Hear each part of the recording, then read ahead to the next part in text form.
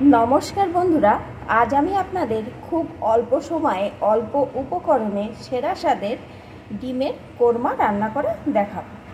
तार जन्य एखाने आमी कयेकटा हाঁসের ডিমকে सिद्ध करे खोसा छाड़िए निये निয়েছি। आज आमी डिमेर कोरमाटा हाঁসের डिम दिएই करছি।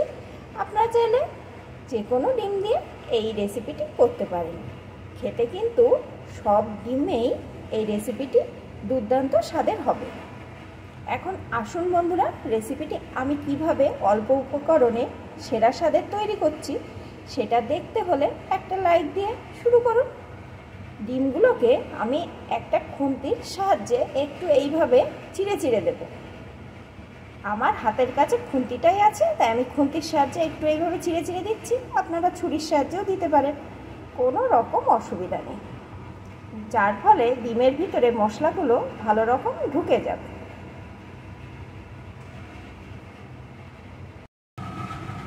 রান্নার জন্য এখানে আমি একটা কড়াই একটু সরষের তেল বসিয়ে দিয়েছি। বন্ধুরা আমি কিন্তু সম্পূর্ণ রান্নাটা সরষের তেলেই করছি, আপনারা চাইলে সাদা তেলেও করে নিতে পারেন। তেলটা গরম হয়ে গেছে, এখন এর ভিতরে আমি দিয়ে দেবো একটা পেঁয়াজ কুচি। পেঁয়াজ কুচিটা দিয়ে প্রথমে একটু ভেজে নেব।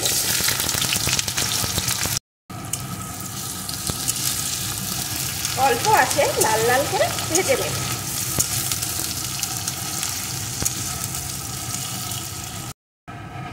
অল্প আছে পেঁয়াজ কুচিটা আমি ভেজে নিয়েছি। পেঁয়াজ কুচিটা কিন্তু একটু লালচে ভাব চলে এসছে। এখন আমি পেঁয়াজ কুচিটা তেল থেকে ছেঁকে তুলে একটা পাত্রে রেখে দেব।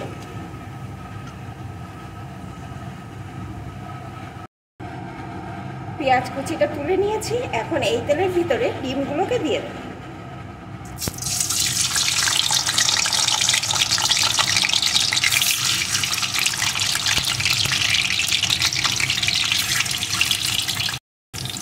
দিয়ে দেব একটু লবণ, একটু হলুদ গুঁড়ো। এখন ডিমগুলোকে আমি সুন্দর করে ভেজে নেব।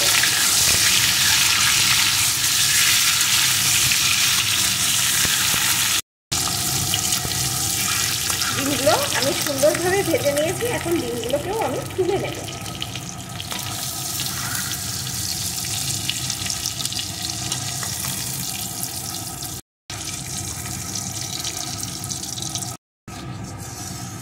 ভাজা ডিমগুলো তুলে নিয়েছি, কড়াই আমি আরেকটু তেল দিয়ে দিয়েছি।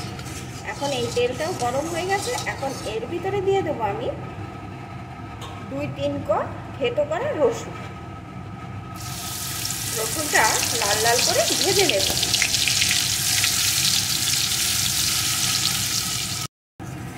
রসুনটা লাল লাল করে ভেজে নিয়েছি, এখন এর ভিতরে দিয়ে দেবো 1 টেবিল চামচ জিরে আদা বাটার পেস্ট, 1/2 টেবিল চামচ ধনে গুঁড়ো, 1/2 টেবিল চামচ লঙ্কা গুঁড়ো। এখন মশলাটা সুন্দর করে কষিয়ে নেব।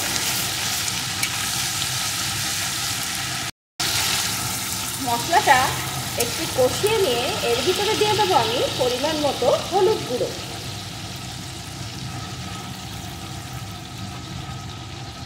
দিয়ে দেবো স্বাদ মতো লবণ,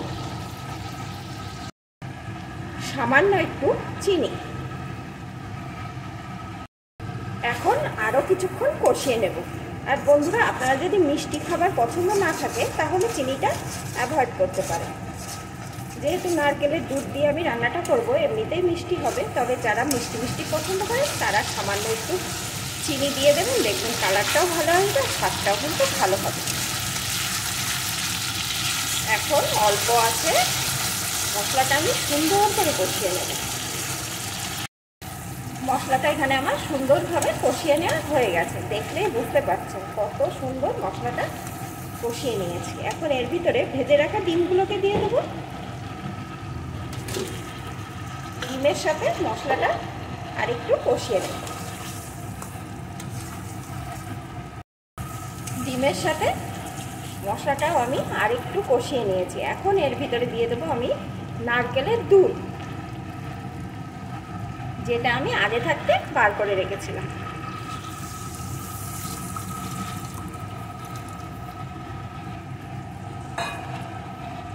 এখন একটু ফুটিয়ে নেব।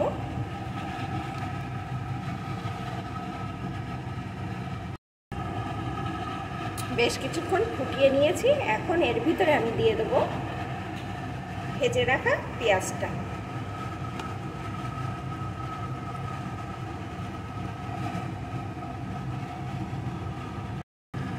আর দিয়ে দেবো কয়েকটা চেরা কাঁচা লঙ্কা। এখন আরও কিছুক্ষণ ফুটিয়ে নেব।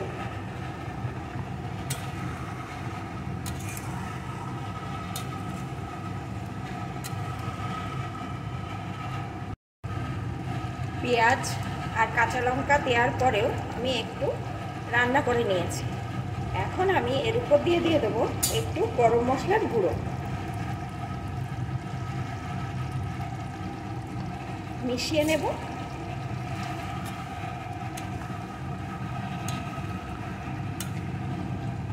এখন কিন্তু আমার রেডি হয়ে গেছে হাঁসের ডিমের কোরমা। নামিয়ে নেব। বন্ধুরা, আমার এই সহজভাবে সেরা স্বাদের ডিমের কোরমা রান্নাটা আপনাদের কেমন লাগলো প্লিজ কমেন্ট করে জানাবেন। আর ভালো লাগলে অবশ্যই একটা লাইক করে দেবেন।